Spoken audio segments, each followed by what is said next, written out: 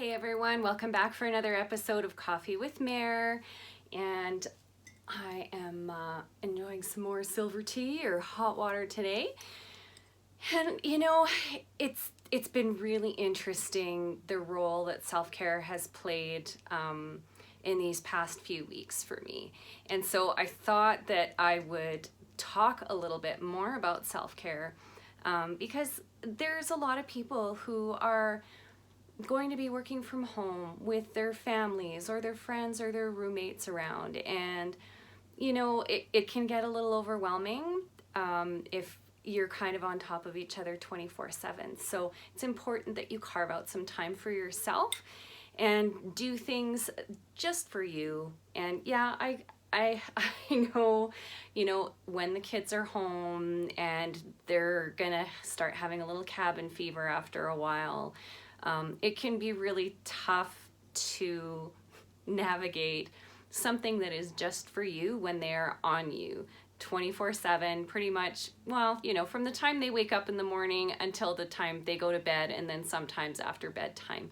So, but creating healthy boundaries with your family members isn't a bad thing, you know, and a really good example of this is, you know, when you're talking on the phone. And I remember when my daughter was little, it was as soon as I was on the phone, mommy, mommy, mommy.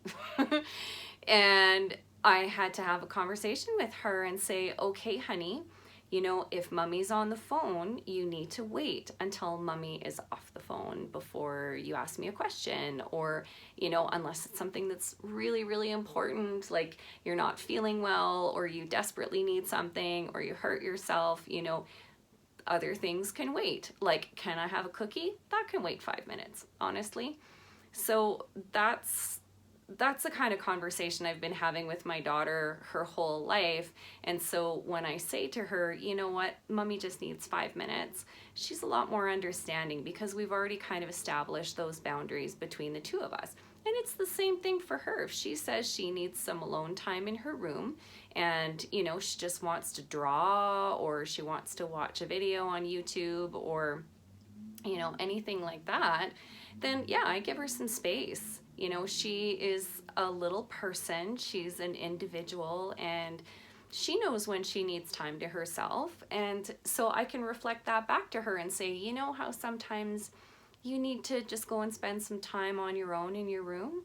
I say, you know what, mommy needs that too. And when co-sleeping started to become a lot more frequent this past year, after she had been, you know, doing really well, sleeping in her room all the time, and you know, she felt a little bit more like she needed to have some of that comfort. And slowly I started talking to her. I said, listen, you need to remember that that is mommy's space, and that mommy gets to have adult time after you go to bed. And if you're sleeping in my room all the time, you know, I don't want to watch the TV in my room. I don't want to be in the kitchen making a lot of noise and wake you up, you know. And also, you should not be waiting up for me because there would be some times where she's just like, but mama, I'm waiting for you to go to bed.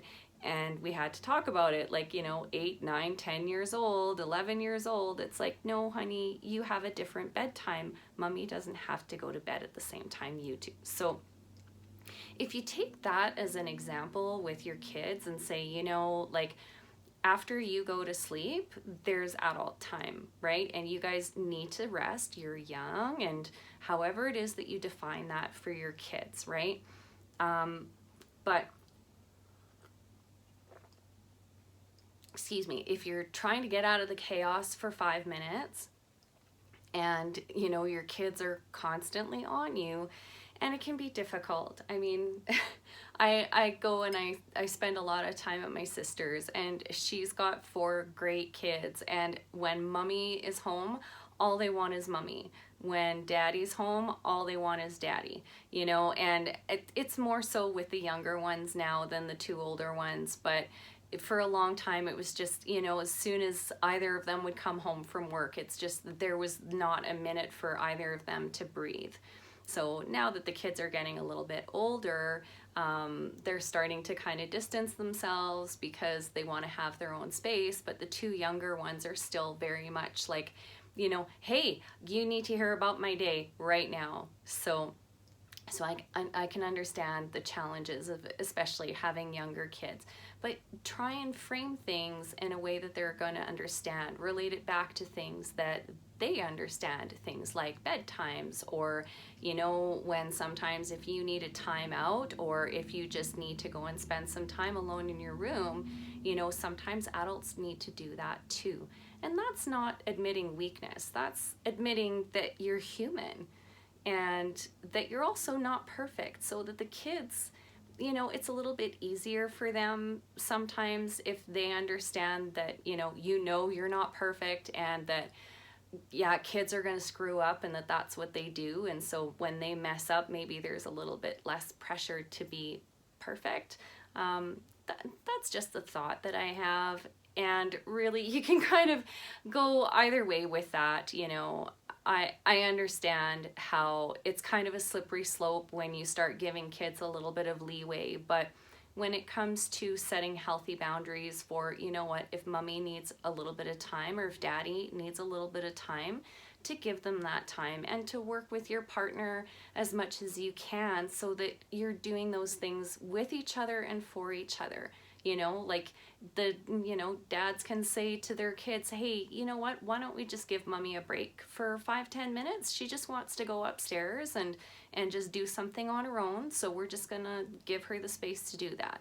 And same thing with mom, saying, you know what, this is daddy's time right now. He's doing something that he wants to do, and that's okay. So just give him the time to do that. So, you know, showing that it's okay for people to have a little bit of time separately when they're at home, not a bad thing. Now, if you look at the flip side of that, with all of the devices that are around, and that kids are isolating themselves selectively, we'll say, you know, when they have their devices, they want to do nothing but spend time on their devices. When they're off their devices, a lot of kids expect you to entertain them. And, you know, it's good for kids to be a little bit bored. And if you feel like you don't see your kids all day and you want to spend time with them, as opposed to they are on you every second of the day, then yeah, maybe it's instituting some time where you have designated family time.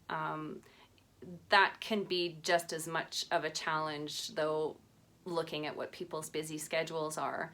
But since a lot of activities have been canceled, and that people aren't going out as much right now because it's, you know, the dawning age of COVID-19 right now, maybe instituting family time as opposed to their extracurriculars that they would have outside of school and that they would have in the evenings might be a good time to pull out a board game. Or, you know, like, hey, let's have family movie time and make a bowl of popcorn and sit down and relax as a family, as opposed to, you know, the kids splitting off to their different corners with their devices, and that you don't see them until bedtime. So I know there's going to be a lot of mixed feelings out there, because I know I have mixed feelings right now being a parent, and that my child is out of school and she's going to junior high next year. So completing the 6th grade is really important, and I'm sure that the schools are going to develop a plan for that. But, you know, I also have some ideas of how I'm going to keep her occupied and doing creative things and trying to stimulate her mind a little bit while the schools are closed.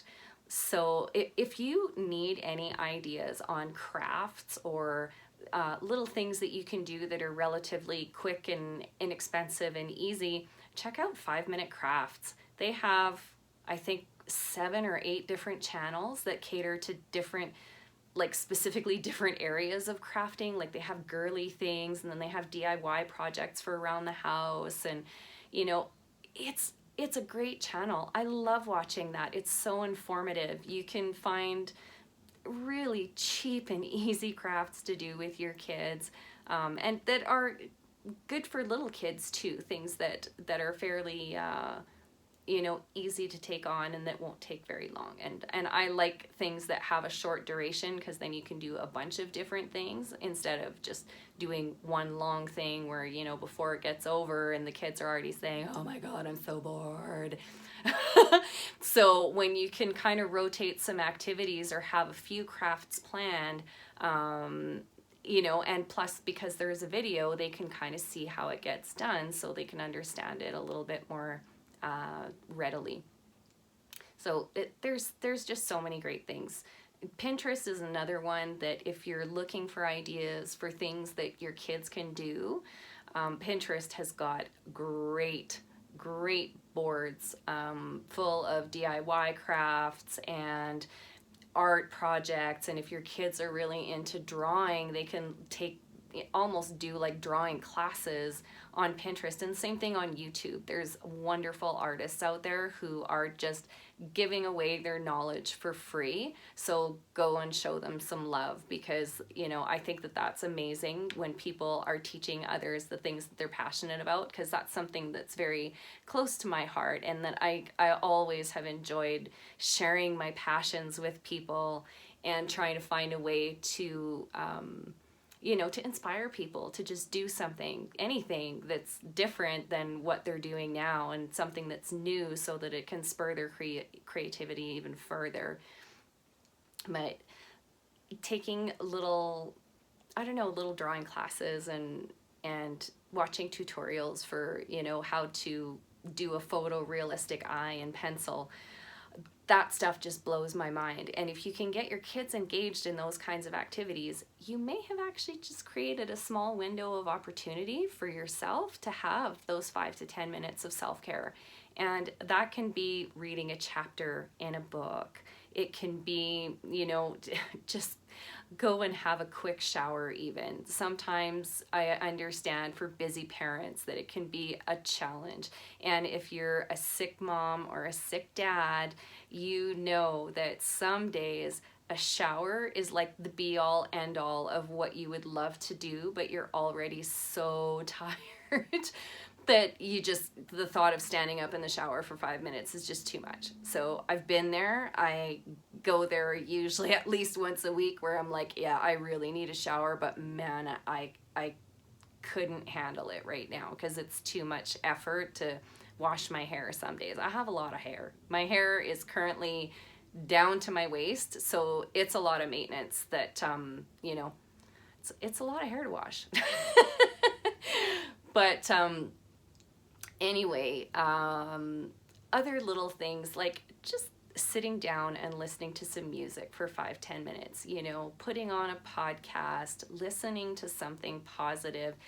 And there are these fabulous meditation videos all over YouTube that I've really been diving into lately. And, you know, I do meditate on my own, but there are days where when you have a busy mind, doing a guided meditation is amazing. And if you cannot do it at any other time, try and find one of the sleep meditation or hypnosis for sleep recordings that actually you listen to with headphones on, or just the speaker on your phone, and that it will guide you through sleep. And you can, oh, they're wonderful. They're really relaxing. I find that it does help me get a better night's sleep, especially if I've been having a bit of a rough go. I'm also noticing things like when I do a lot of the healing meditations that, yeah, I am a little bit more tired, because I find it's noticeable that I'm a little bit more tired the next day, because my body's been working hard while I've been sleeping, you know, performing miracles and starting to heal parts of my body that have desperately needed to be healed for many, many years. So yeah, there's always that as a last ditch. You can still meditate while you're sleeping. And that can help to create a really great day for you the next day. You know, going to sleep listening to someone helping you unwind and calm your mind, and, you know, listening to some positive or relaxing music, something that's got really nice soothing tones to it. There is absolutely nothing wrong with doing that. And even if you only hear the first 3 minutes of it and you go to sleep, doesn't matter. You know, it's still something that is going to be there helping your body to relax while you are drifting off and going to sleep. So maybe you can wake up feeling a little bit more well rested, I suppose. So those are a couple of ideas that I have around self-care during this really challenging and busy time for many people that are now finding themselves working from home, or that they're home full-time with their kids. And it's really important. Your self-care is just as important as caring for your kids, because remember, they're watching everything you do. And if they see you neglecting your own health, think of how they're going to interpret that, you know. And I think it's really important that kids are learning that it's okay to take care of yourself, because if you can't take care of yourself and stay on top of your own health, how can you be caring for other people fully if you're not feeling your best? So do what you can to feel your best, and it doesn't all happen overnight. It's just going to take time. So be patient with yourself and give yourself a few days to try something new. If you've never meditated before, those guided sleep meditations are ideal, because you don't need to know anything about meditation. You just turn it on, lie down in a comfortable position, and off you go to sleep. So try it and see if you enjoy it. It might be something new for you that could potentially have long-term positive effects on your general outlook and, you know, the quality of your life, especially if you're starting to sleep a little bit better and feeling more refreshed. So if you have enjoyed joining us again today, and sorry, I'm getting used to my new bangs today, so there's a whole lot of flopping going around.